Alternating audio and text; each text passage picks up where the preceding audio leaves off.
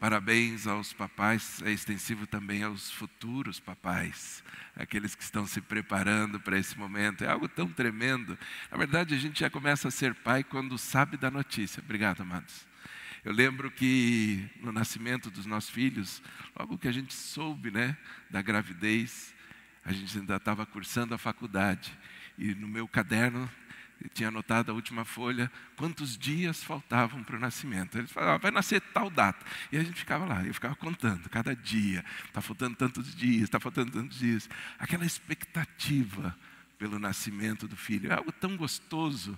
E depois que o nascimento, e cada etapa, cada fase é algo muito especial. Então que, como igreja, possamos viver a alegria de ser pai, de ter os nossos filhos e saber que é Deus quem cuida, é Deus quem controla todas as coisas e Ele derrama as bênçãos sobre as nossas vidas para que a gente possa ser pais verdadeiros, assim como Ele é o nosso Pai Celestial. E nós queremos meditar em cima de um texto nessa manhã. Já falamos aqui sobre meditar. Muitas vezes a gente pensa que meditar é se esvaziar de tudo. Não, a minha mente agora não tem nada, eu vou meditar.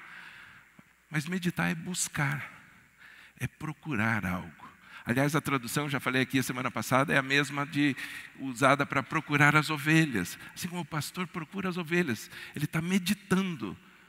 Como meditando? Ele está, vou me desligar de tudo e vou pensar onde é que está a ovelha. Não, ele vai procurar, com os olhos atentos.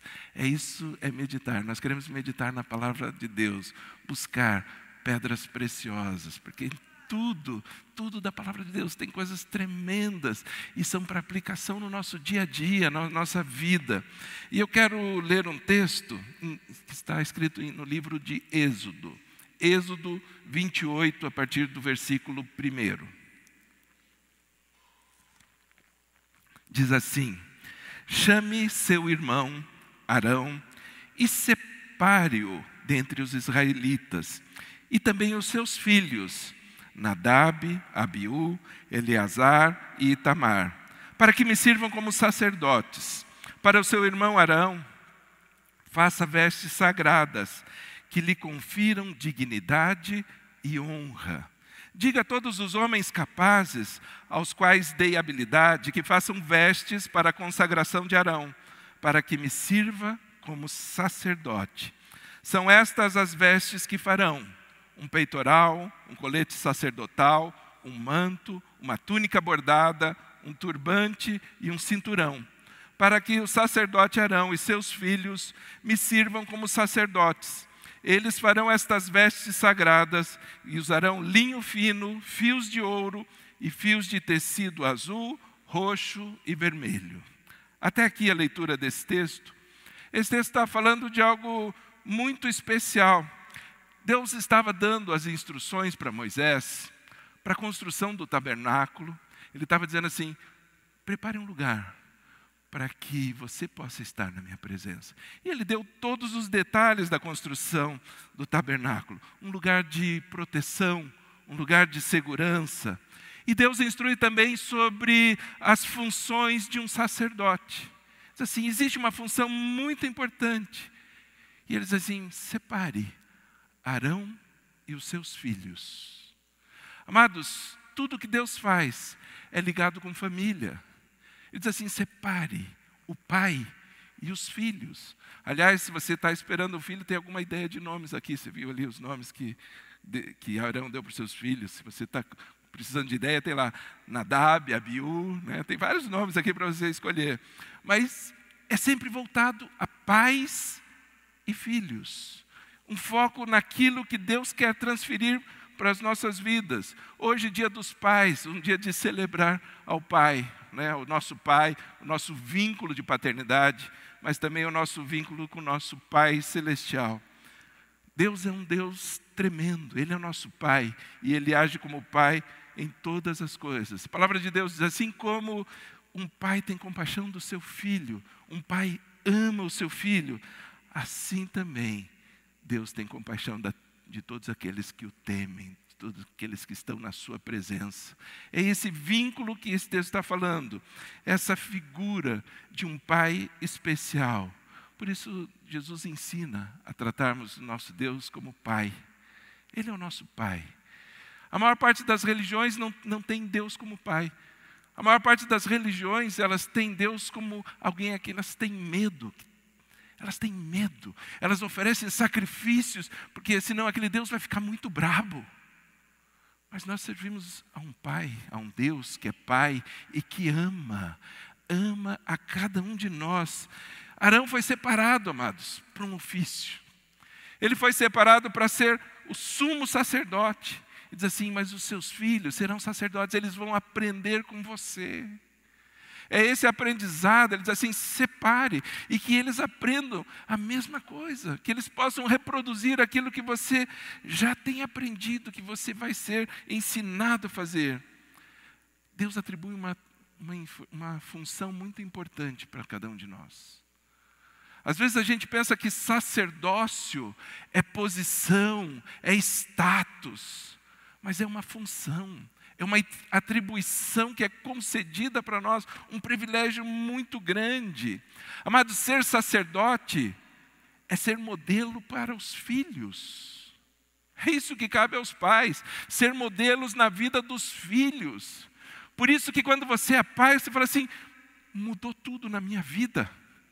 Que impressionante, aconteceu um fato e isso muda a minha vida. Por quê? Porque nós passamos a ser modelos. Nós vamos ter alguém ali perto de nós que vai olhar, né? Assim como foi falado no testemunho, dos filhos sentir orgulho dos pais, de querer ver os pais, falar assim, puxa, eu me alegro tanto, que bom que eu posso ver o meu pai ali ensinando para mim, para as outras crianças, é algo tão precioso. Isso é ser sacerdote. Isso é ser sacerdote, é cumprir aquilo que Deus tem para nós, a atribuição que Deus tem para nós, conduzir os nossos filhos à presença de Deus. E o texto diz que quando nós fazemos isso, essa posição é de dignidade e honra. Às vezes a gente não entende algumas coisas da palavra de Deus, quando diz, filho, honre o seu pai, honre a sua mãe, né, para que se prolongue os seus dias sobre a face da terra. A gente acha que o filho tem que obedecer, Não, a honra, a dignidade é algo muito mais elevado, muito maior. E diz assim, quando o pai está nessa posição de sumo sacerdote, aquele que busca a presença de Deus, aquele que entra na presença de Deus com ousadia, ensinando isso para os seus filhos, ele tem dignidade e honra. Tem dignidade e honra. E a função principal do sacerdote é levar as pessoas à presença de Deus. Arão foi o primeiro sumo sacerdote, foi chamado para isso. Ele juntamente com seus filhos para exercer uma função. Às vezes a gente acha que aquilo que o Antigo Testamento nos ensina não é mais para o tempo de hoje. Não, isso já passou, isso não é mais para agora, não vamos viver mais essas coisas. Mas a Bíblia diz, e está lá em Colossenses 2,17, se você quiser conferir, diz assim, essas coisas são sombras do que haveria de vir. A realidade, porém, encontra-se em Cristo. Ou seja, tudo que tem na palavra de Deus são sombras do que haveria de vir. E diz assim, a realidade é Cristo. Sim, Ele é a verdade. Ele é a verdade. Ele veio estabelecer todas as coisas. Mas tudo que está escrito ali é uma sombra, mostrando algo. É um reflexo de alguma coisa. É óbvio que a verdade está em Jesus. Nós sabemos disso. Ele é o caminho, a verdade, a vida. Deus enviou seu filho, seu próprio filho. Olha o desprendimento. Abrir mão do seu filho por amor. Para que mesmo aqueles que estavam afastados, em pecado, pudessem se aproximar novamente. O amor de Deus é tão grande. E esse é o modelo. Esse é o modelo que nós temos para nós. Assim como nós somos modelos na vida dos nossos filhos, eles vão se espelhar em cada um de nós. Nós também temos um padrão. Hebreus 5:1 diz o seguinte: todo sacerdote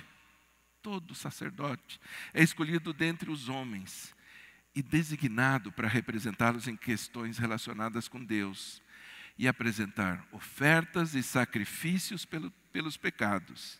Ele é capaz de se compadecer dos que não têm conhecimento e se desviam, visto que ele próprio está sujeito à fraqueza. Por isso, ele precisa oferecer sacrifícios pelos seus próprios pecados e pelos pecados do povo. Ninguém toma essa honra para si mesmo, mas deve ser chamado por Deus, como de fato foi Arão. Desta forma, Cristo não tomou para si a glória de ser sumo sacerdote, mas Deus lhe disse: tu és o meu filho amado, e hoje te gerei. Mas essa frase é tão preciosa. Jesus só começou o ministério dele depois que o Pai liberou essa frase: este é meu filho amado, hoje eu te gerei. Amados, existe uma liberação dos pais na vida dos filhos tão importante. Nós precisamos aprender a declarar bênçãos. Muitas vezes as palavras de maldição saem de uma forma mais fácil, fluem mais rapidamente, dizendo: você não tem jeito mesmo, não vai dar certo. E acabam liberando palavras, quando devem ser palavras de vida, palavras de bênção. Deus, o próprio Deus, Ele faz isso na vida do seu filho. Ele diz assim: este é meu filho amado, ele é meu filho amado, eu te gerei. E o texto prossegue dizendo assim, e diz no outro lugar: tu és sacerdote para sempre, segundo a ordem de Melquisedeque. Durante os dias da vida na terra, Jesus ofereceu orações e súplicas, em alta voz e com lágrimas, àquele que o podia salvar da morte, sendo ouvido por causa da sua reverente submissão. Mas Jesus nos ensina o padrão, o modelo de como fazer todas as coisas. Jesus, como sumo sacerdote, aquele que nós devemos olhar e aprender e fazer exatamente igual, entrar na presença de Deus. Hebreus 9:11 diz assim: quando Cristo veio como sumo sacerdote dos benefícios agora presentes, Ele adentrou o maior e mais perfeito tabernáculo. O maior e mais perfeito tabernáculo, não feito pelo homem, isto é, não pertencente a essa criação, não por meio de sangue de bodes e novilhos, mas pelo seu próprio sangue. Ele entrou no lugar santíssimo e de uma vez por todas obteve a eterna redenção. Amados, nós temos esse padrão, nós temos esse modelo para ser seguido, para aplicarmos nas nossas vidas. O que a Bíblia está falando aqui é da importância da figura dos pais e dos filhos, principalmente da importância da figura dos pais na vida dos seus filhos, daqueles que vão seguir, daqueles que vão ter como modelo, trazendo o princípio de honra. A gente não entende honra, a gente se constrange com honra. Quando fala em honrar alguém, ou quando você vai ser honrado, fala: não precisa. Mas é princípio, e é princípio bíblico, e nós devemos aprender, entender que honra é algo que agrada ao nosso Pai. Quando o filho honra o Pai, é algo que agrada a Deus. Deus se agrada com isso. Por isso essa honra precisa existir. Nós precisamos incentivar, reconhecer, apoiar isso. Muitas vezes achamos: não precisa. Mas é bom.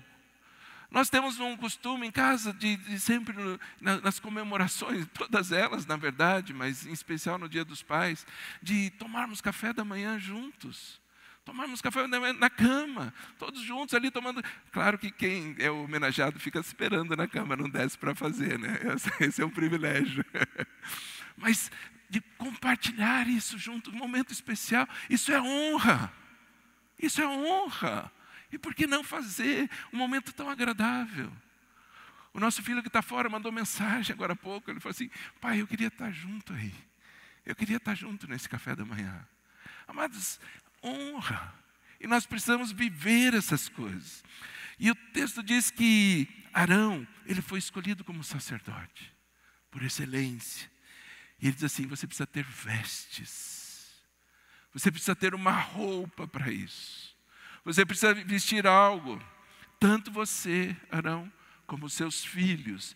A vestimenta dos filhos mais simples, a do sumo sacerdote de uma forma diferente. O vestuário do sumo sacerdote é colocado em vários detalhes na Bíblia.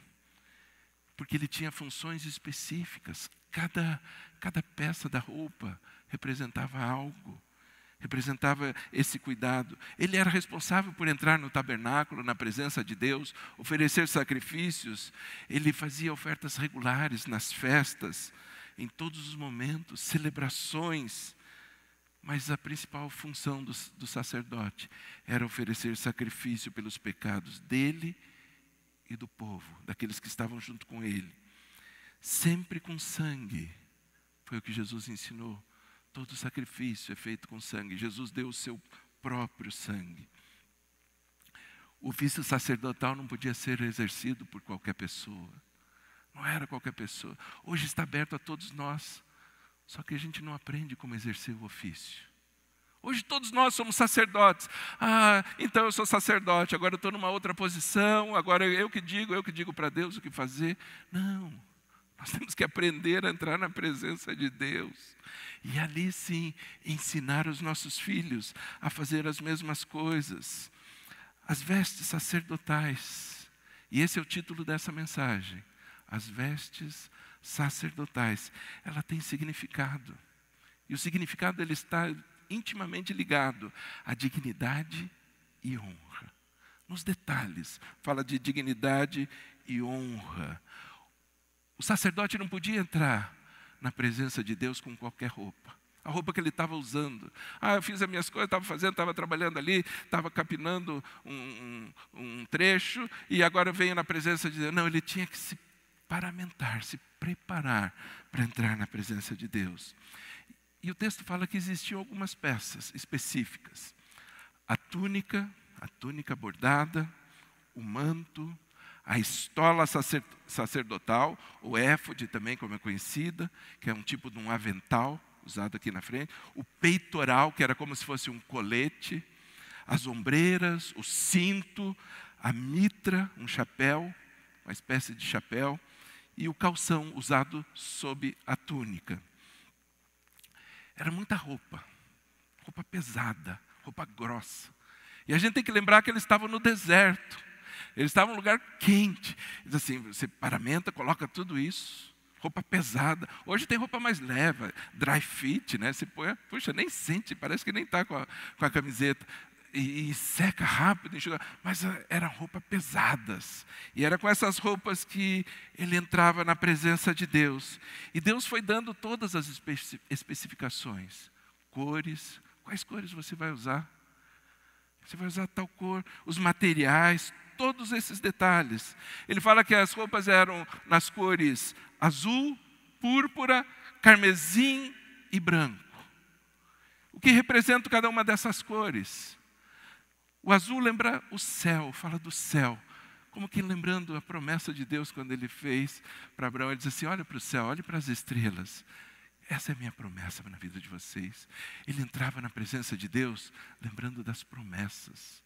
Todas as promessas.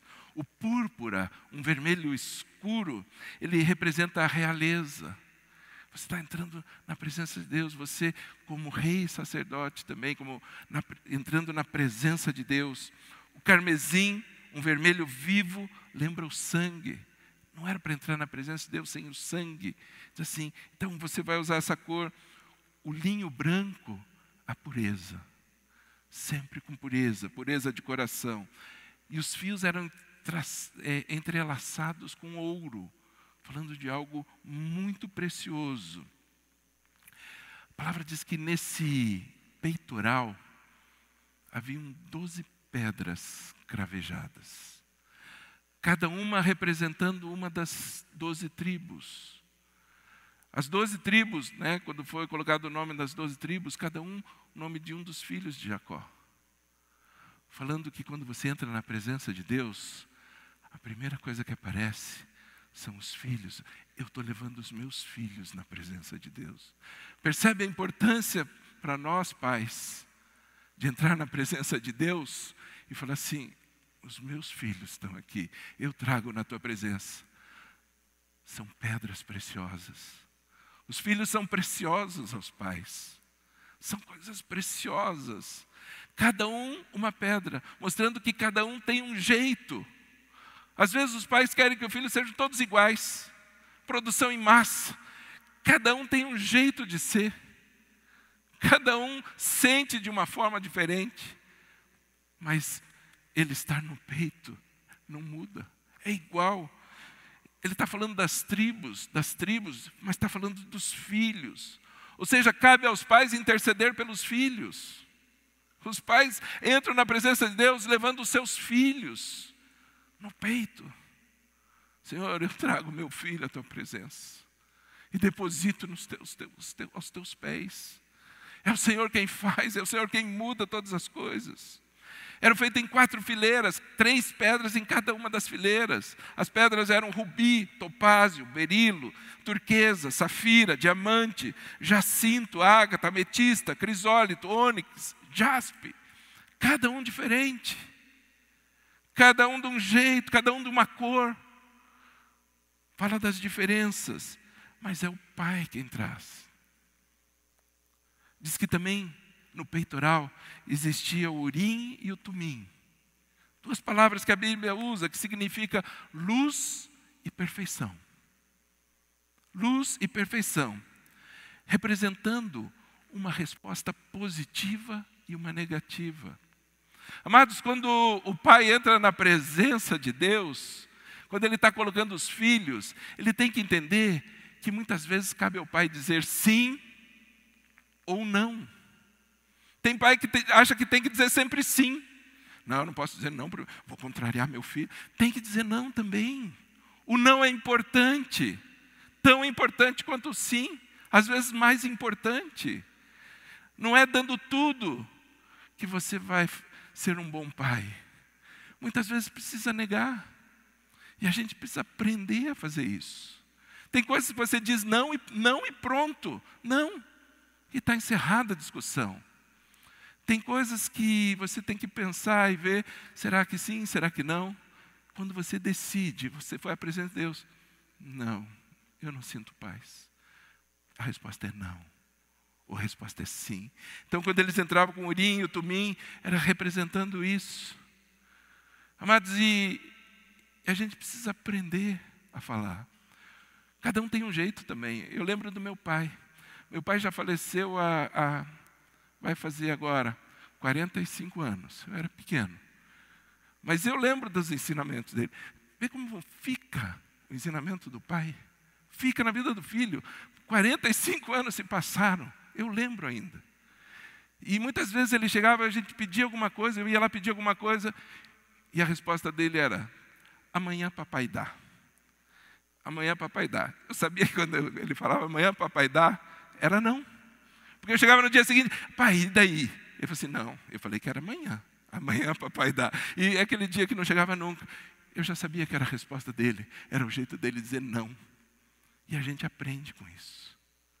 Os pais, eles têm essa atribuição de levar o urim e o tumim na presença de Deus. São as decisões. Êxodo 28:30, vamos projetar ali. Êxodo 28:30. Ponham também o urim e o tumim no peitoral das decisões, para que estejam sobre o coração de Arão, sempre que ele entrar na presença do Senhor. Assim, Arão levará sempre sobre o coração, na presença do Senhor, os meios para tomar decisões em Israel. Amados, como pais nós temos que aprender a tomar decisões. Está no nosso peito, no nosso coração. Algumas decisões a gente nem sabe por que está tomando. Mas se Deus coloca, é para fazer. É para fazer, é porque vem o melhor ali. Havia também a mitra, uma espécie de turbante na cabeça. E nela tinha uma lâmina de ouro. Uma lâmina de ouro. E ali tinha uma placa, e estava escrito sobre a testa do sacerdote, na fronte dele, santidade ao Senhor. Era isso que estava escrito nessa placa de ouro. Isso significa que o sacerdote deve ser cuidadoso até com os pensamentos. Até com os pensamentos. O pai deve ser cuidadoso nos seus pensamentos em relação ao filho. Colocar em lugar visível, aparente, significa ser algo público, é um testemunho público. Todas as pessoas sabem. Escrito na sua testa, santidade ao Senhor. Todos vão saber. Ou seja, o sacerdote usava roupas especiais, conforme o padrão, o modelo de Deus. Mas as vestes sacerdotais, elas têm significado diante de Deus. Nós não precisamos usar a roupa fisicamente. Nós precisamos entender o princípio e colocado em prática. É isso que nós devemos fazer. Entender o valor dessas roupas. Muitas vezes a gente quer a roupa por si, já representa tudo. Se você vai num tribunal, qualquer tribunal de justiça, eles usam umas roupas, existem umas vestes talares. Aquela veste, ela não é para ser uma pompa, ela é para representar algo. A roupa por si não muda nada. A roupa por si só, se for só usar a roupa, não vai mudar nada. Mas ela representa o proceder, a seriedade com que as coisas são feitas. E nós precisamos entender a seriedade, mais do que a aparência, mais do que a roupa. Por isso que a Bíblia fala que a igreja é um reino sacerdotal. É um reino sacerdotal. Nós aprendemos a ser sacerdotes. 1 Pedro 2,4 diz assim: à medida que se aproximam dele, a pedra viva, rejeitada pelos homens, mas escolhida por Deus e preciosa para ele, vocês também estão sendo usados como pedras vivas na edificação de uma casa espiritual, para serem sacerdócio santo. A Bíblia coloca, no Novo Testamento, ela coloca esses princípios assim, nós temos que ser. Esses sacerdotes, essas pessoas com esse entendimento, com essa mente, com esse posicionamento, para a edificação de uma casa espiritual, para serem sacerdócio santo, oferecendo sacrifícios espirituais aceitáveis a Deus por meio de Jesus.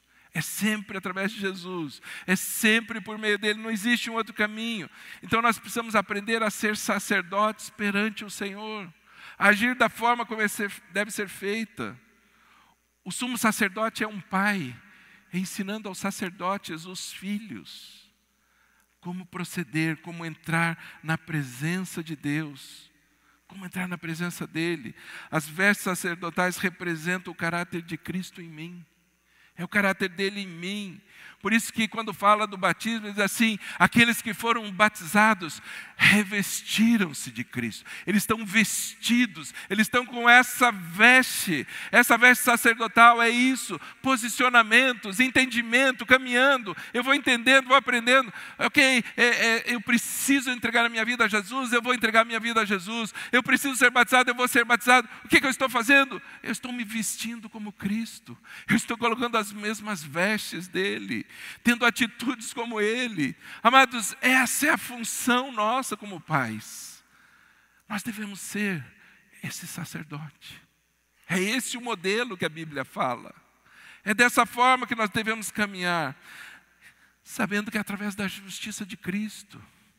Esse é o nosso manto, essa é a autoridade que existe sobre nós.